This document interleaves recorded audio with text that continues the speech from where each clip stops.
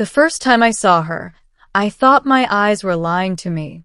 That happens more often than you'd think when you live on Meridian Station, a rusting trade hub that hung in orbit between 3 bored star systems and 1 forgotten war. Meridian was where cargo ships came to die, and people came when they had nowhere else to go.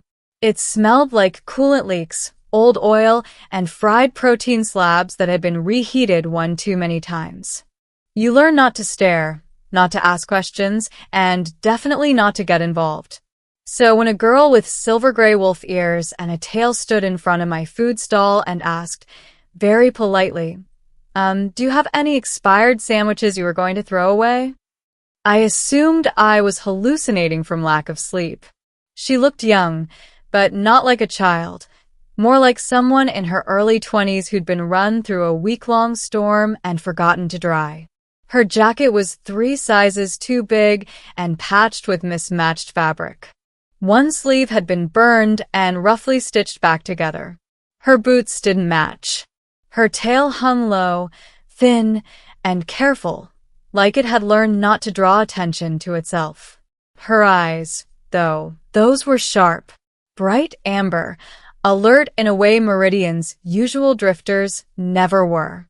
Expired, I repeated, dumbly, gripping the edge of my stall counter. The display case behind me held 3 sandwiches left from the lunch rush. None of them were expired. I just didn't want to carry them home again. She nodded quickly. Yes, sir. I don't want to cause trouble. Just if you're going to throw them away anyway. People were already pretending not to look.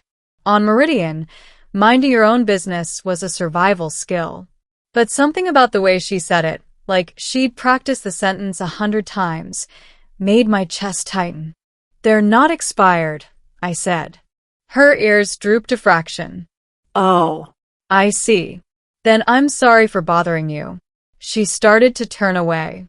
Hey, I said, before my brain could stop my mouth. Wait. They will be. In about 5 minutes. She froze. Slowly, she looked back at me. In 5 minutes?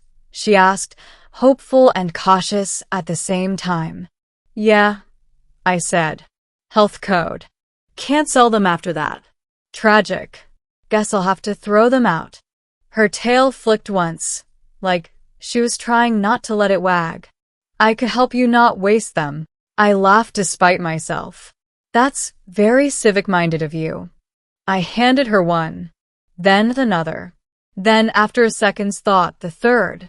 Her hands shook as she took them. Thank you, she said, and then, like she was afraid I'd change my mind, she added, I can sit over there out of the way. Or you can sit here, I said, nodding at the empty crate beside the stall. Less foot traffic. Safer. She hesitated, then climbed up, perching like she wasn't used to being invited anywhere. She ate like someone who hadn't had a real meal in days. Not messy, not rushed, just very, very focused. My name's Erin, I said, mostly to break the silence. She paused mid-bite. I'm called Lyra. Called, I echoed. She shrugged, ears twitching. Names get complicated when you move around a lot.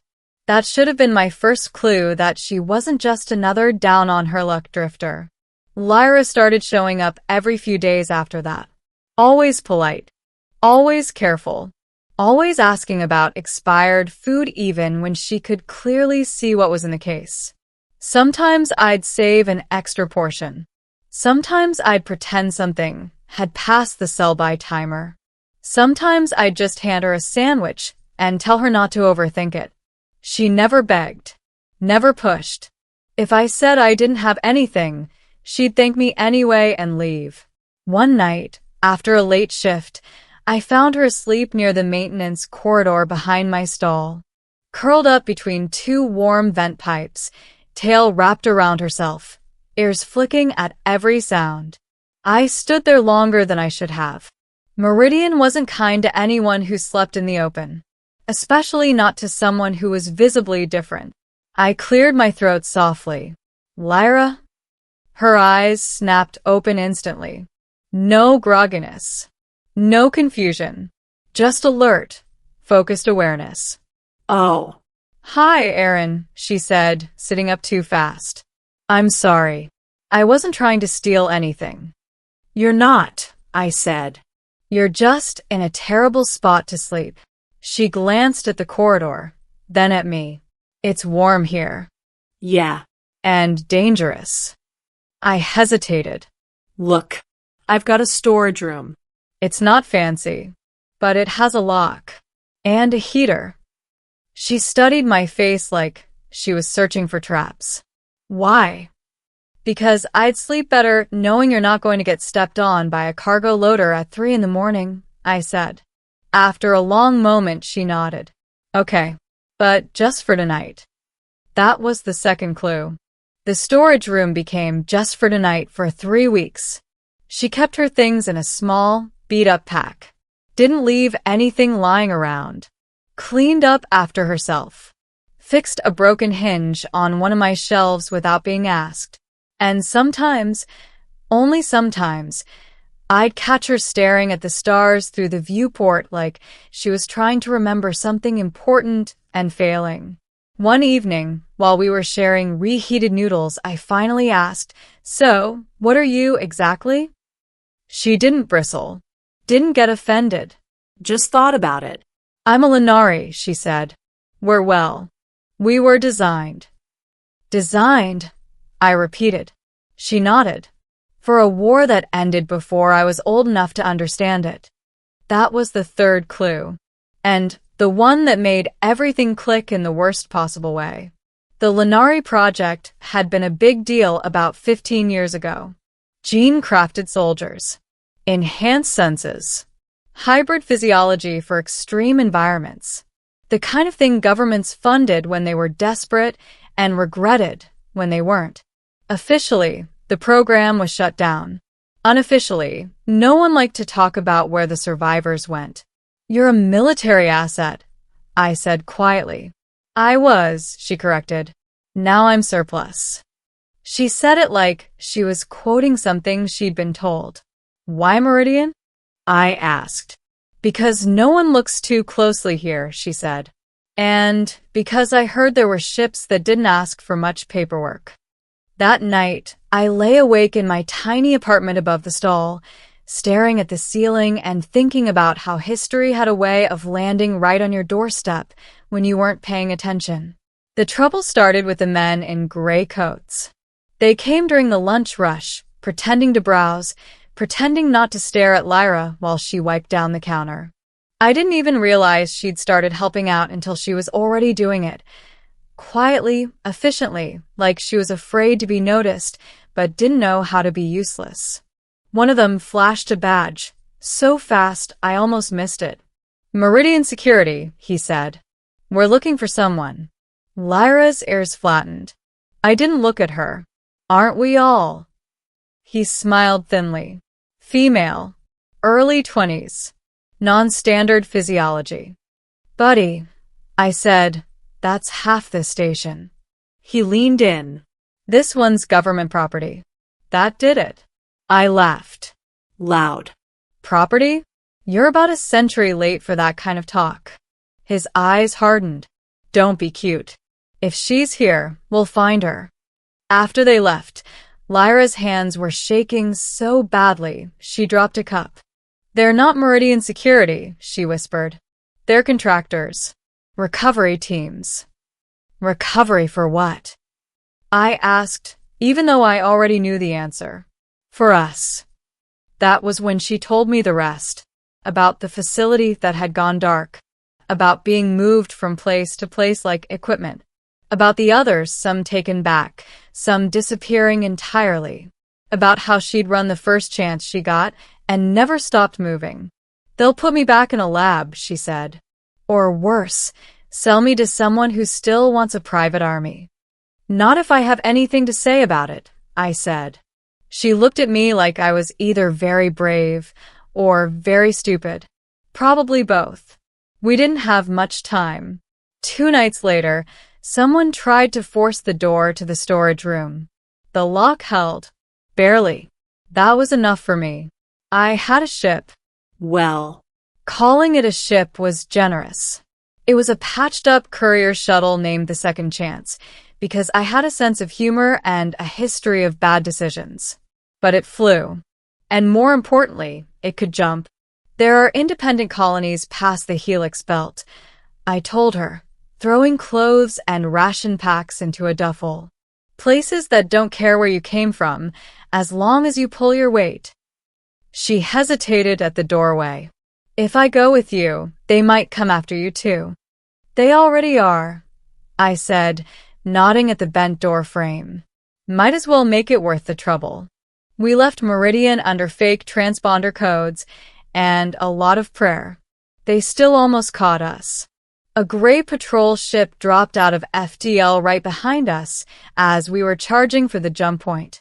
Hold on, I said, slamming the throttle forward. Lyra didn't scream.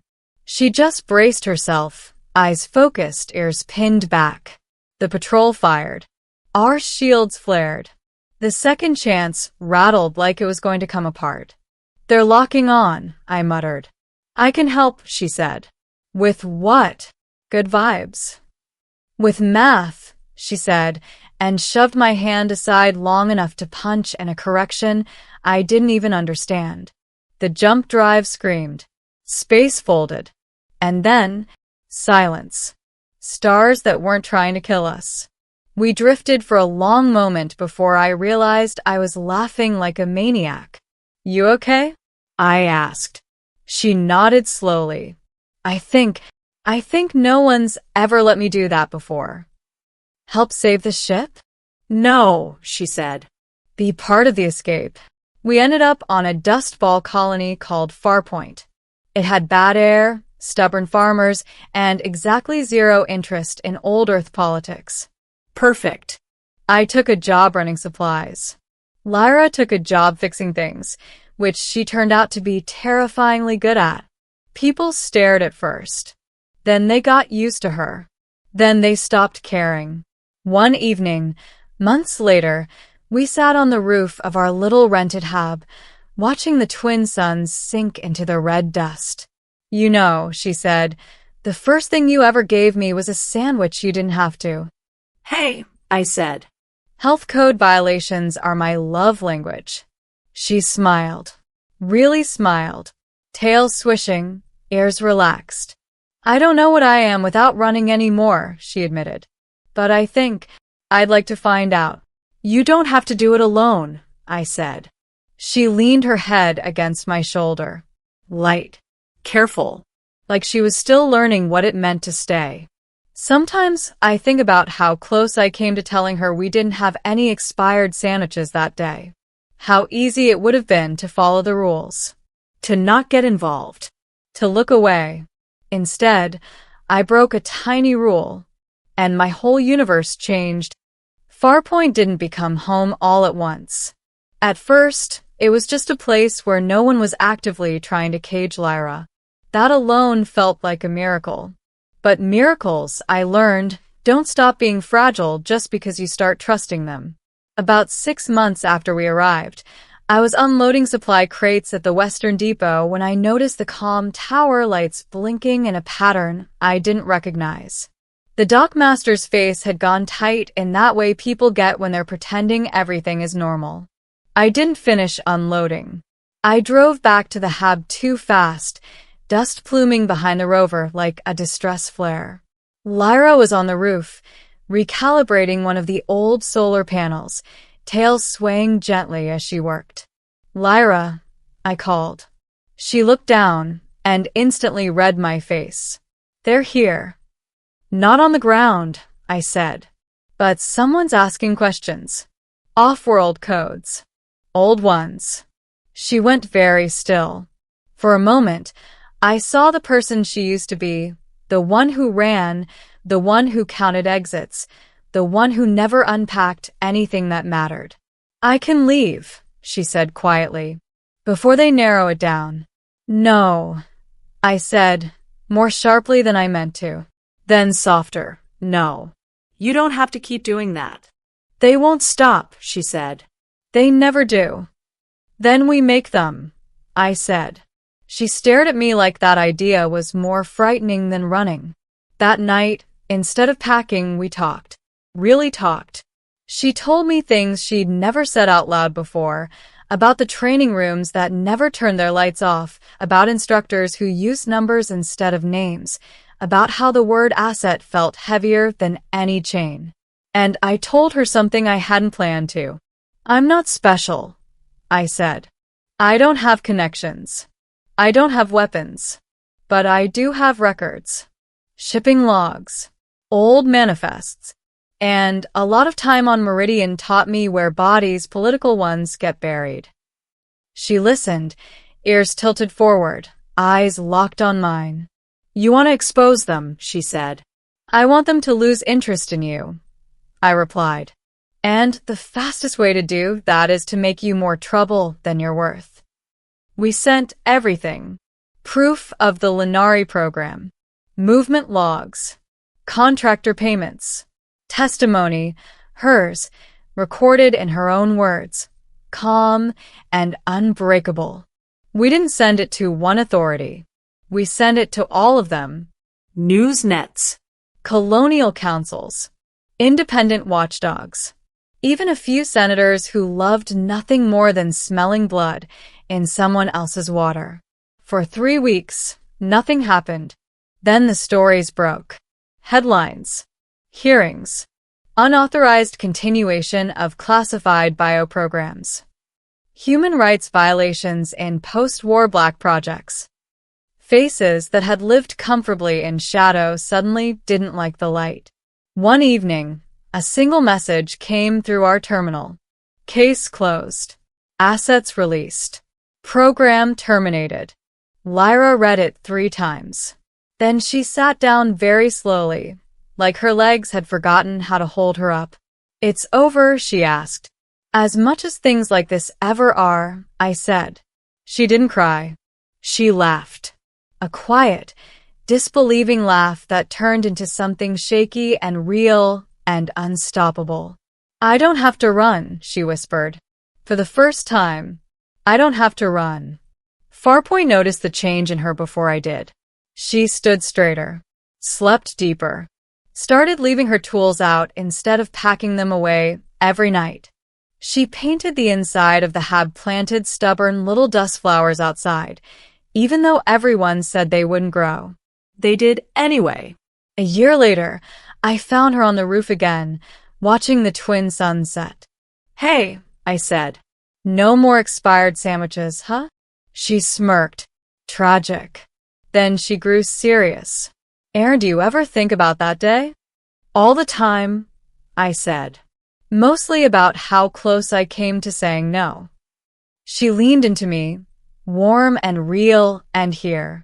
I think, she said, that some lives don't change because of big heroic decisions. They change because someone breaks a small, stupid rule at the right moment. I looked at her. This woman who'd been called property, who'd been hunted, who now argued with farmers about engine tolerances and planned next season's crops like she'd always belonged to the future. Best rule I ever broke, I said. The stars came out one by one. And for the first time since I'd known her, none of them felt like something we had to run toward or away from. They were just home.